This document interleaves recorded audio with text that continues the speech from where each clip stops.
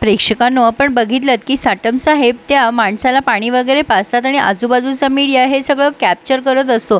ते पंत जरा जास्ती ओव्हर बोलत असतात, त्यामुळे ते साटम म्हणतात की पंत तुम्ही पण पाणी प्या जरा, घशाला कोरड लागली असेल। आणि ते तिथे असलेल्या पत्रकारांवर ओरडतात आणि म्हणतात की हे सगळं मला आवडत नाही। त्यातली एक पत्रकार म्हणते सर हे इमेजसाठी बरं असतं लोकांना दाखवायला। त्यावर हे साटम खूप चिडतात आणि म्हणतात मला हे अजिबात पटत नाही, मीच चांगली कामं करतो आणि माणुसकी म्हणून करतो। उद्या लोक शेण खायला लागले तर मी काय त्यांची बरोबरी करू का? मला हे असलं अजिबात चालणार नाही। हे फोटोज वगैरे जे काही काढले असेल ते डिलीट करा। आता हे भोसलेसाठी मोठं कोडं होऊन बसले की हा नेमका सुहास साटम आहे तरी कसा। असो, आता वंदना तिच्या या दुसऱ्या नवऱ्याला धमकवतीये की माझ्या पहिल्या नवऱ्याला कळलं होतं माझं सिक्रेट, म्हणजे तुमच्या माहितीस्तव सांगते मी, माझं पहिलं लग्न झालेलं आहे आणि त्याला मी ढगात पोहोचवून दिलं। आणि तिचा नवरा खूप घाबरतोय आणि तिने जवळपास त्याची मानगुटी पकडली आणि म्हणतीये बंटी बघ तुझे बाबा काय म्हणतायत, तू आईचा आहेस की बाबाचा? आता तो म्हणतो मी आईचा आहे। तेव्हा ही पप्पी घेते त्याची आणि म्हणते आईचा आहेस ना बाळा, आणि त्याच्या मानेवरती हात ठेवून त्या माणसाला धमकवतीये की तुझ्या पोराला मारून टाकेल म्हणून।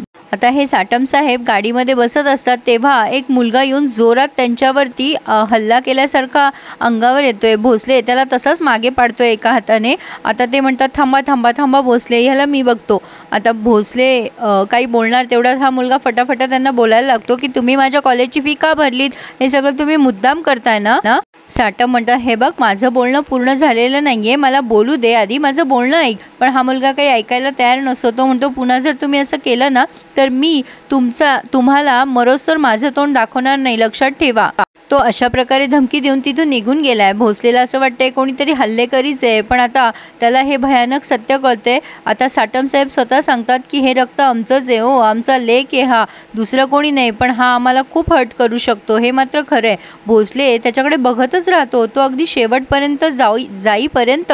आता इकडे संध्या आली आहे पोलीस स्टेशनला। जमदाडेजवळ येऊन ती खूप रडतीये कारण तिच्या वडिलांचा अजून पत्ता नाही आहे। जमदाडे तिला खूप समजून सांगते की काळजी करू नकोस, पण आपल्याला अजून 24 तास तरी थांबावं लागेल, कारण माणसं अशी बेपत्ता होतात, पण आपण डायरेक्ट 1-2 तासातच आपण अशी कंप्लेंट लिहू शकत नाही, तसे नियम असतात। तू एक काम कर, तुझ्या एरियातल्या पोलीस स्टेशनमध्ये जाऊन कंप्लेंट कर।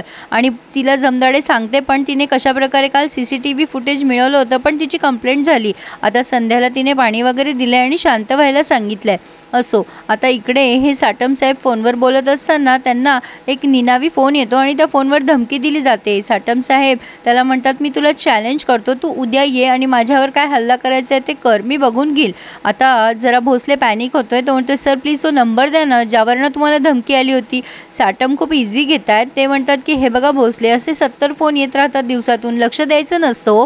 काय आहे ना, जेव्हा आपण चांगलं काम करतो ना तेव्हा लक्षात घ्यायचं की आपण हे प्रतिस्पर्धी बनवतोय आणि लोकांची जळती आहे। असो, आता भोसले म्हणतो सर तुमचं सगळं बरोबर आहे हो, पण हे माझं कर्तव्य आहे त्यामुळे ते मला करू द्यात।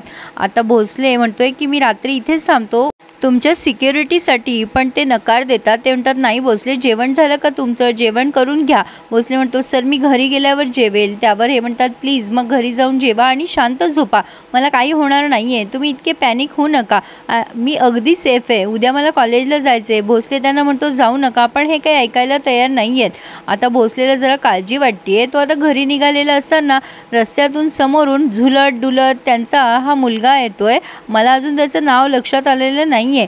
आता त्याला भोसले दिसतो आणि तो भोसलेला म्हणतो ए माझ्या बापाचा बॉडीगार्ड आहेस ना तू? भोसले म्हणतो काय काय काय अवस्था करून घेतली आहेस? तेव्हा हा म्हणतो काय रे तुझ्याकडे 500 रुपये नाही आहे, एवढा वरचा मलिदा खातोस, पैसे खातोस आणि तुझ्याकडे पैसे नाही आहे। भोसले त्याला म्हणत असतो ए जास्ती शांतपणा करू नको, अवकातीत राह, चल बैस मागे मी सोडतो तुला। आता तेवढ्यात तिथे त्या मुलाचा मित्र येतो आणि म्हणतो चल राव शिल्पी तुला पाहतीये, तुझ्यासाठीच तर पार्टी आहे ना ती। भोसले म्हणतो कोण आहे रे तू?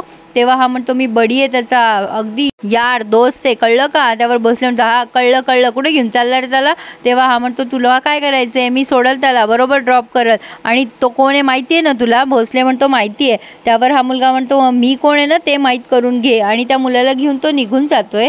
भोसले विचार करतोय की कसली ही पिढी।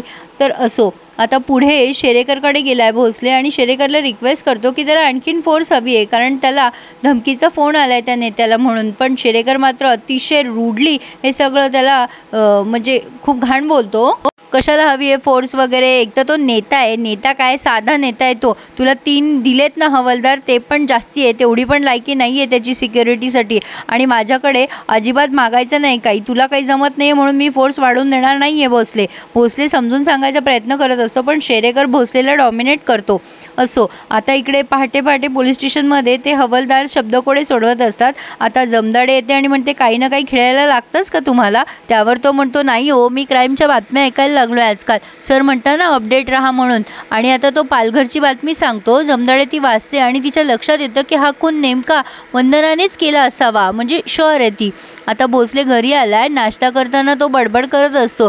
आता त्याच्या आईला पैसे हवेत आणि शॉपिंग करायची आहे. भोसले नकार देतो की एवढे पैसे खर्च करू नको. ती पुन्हा त्याला इमोशनल ब्लॅकमेल करायला लागते. पण बोशुंदरा म्हणते, सर काय तुम्ही? आता भोसलेला बोलता बोलता फोन आलाय मोहिनीचा आणि भोसले कोपऱ्यात जाऊन बोलतोय, हॅलो मॅडम. आता मोहिनी म्हणते, सर मी तुम्हाला ऑप्शन दिले होते ना काल 3, त्यापैकी एक ऑप्शन प्लीज सांगा ना मला. आता भोसले म्हणतो, मी येईल हं मॅडम, तुमच्या ऑफिसला येऊन सांगतो. पण मोहिनी नकार देते, ऑफिसला येऊ नका असं म्हणते. त्यावर भोसले म्हणतो, का नाही, म्हणजे मला जे सांगायचं ते मी ऑफिसलाच येऊन सांगतो, काही आणायचं आहे का? आता ह्या प्रश्नावरती तिला आश्चर्य वाटतं आहे. मोहिनी म्हणते, काय? तेव्हा भोसले म्हणतो, म्हणजे मला असं म्हणायचं आहे काही डॉक्युमेंट्स आणायचे आहेत का येताना? मोहिनी म्हणते, नाही नाही सर, नको, डॉक्युमेंट्स सगळे ऑलरेडी आहेत माझ्याकडे, तुम्ही या, मी आहे थोड्या वेळ ऑफिसमध्ये. भोसले खूप खुश झाला आहे आणि तो मोहिनीला भेटायला आता ऑफिसला जाणार आहे. आता मोहिनी फोन ठेवते, पण विचार करायला लागते, काही आणायचं आहे का? काय आणणार होते हे? असो, तर आता बोशुंदराच्या लक्षात आल्या आहेत भोसलेच्या हालचाली. ती विचारते कोणाचा फोन होता? भोसले म्हणतो, तुला काय करायचं आहे? शर्मिला पण विचारते कोणाचा फोन होता? पण भोसले म्हणतो, तुला काय करायचं आहे? आता भोसले हळूहळू चालला आहे आणि दबकत दबकत चालला आहे. बोशुंदरा त्याच्या हालचाली नोटीस करत असते आणि भोसले बोशुंदराला बघत असतो. असो प्रेक्षकांनो, इथे या गमतीवर त्यांनी हा रिव्ह्यू पूर्ण केला आहे. पुढे आपण बघतोय की भोसलेला कळतंय मोहिनीचं लग्न ठरलं आहे आणि भोसले का दिल लगने से पहले ही टूट गया है. आता पुढे आपण बघतोय की संध्याला काहीतरी गुड न्यूज मिळाली आहे. जमदाडे तिला विचारते, तुझे वडील भेटले का? तिने काही उत्तर दिलेलं नाही आहे आणि आता कोणावर तरी हल्ला झाला आहे आणि कोणीतरी यामध्ये त्याचा म्हणजे जीव गेला आहे कोणाचा तरी, कोणाचा ते दाखवलेलं नाही आहे. पण आता शेरेकर ते बघून खूप आश्चर्यचकित झाला आहे. आता कोण गेलं आहे हे बघण्यासाठी आपल्या चॅनलला प्लीज सबस्क्राईब करा, कारण गुन्ह्याला माफी नाही या मालिकेच्या डेली रिव्ह्यूसाठी. धन्यवाद.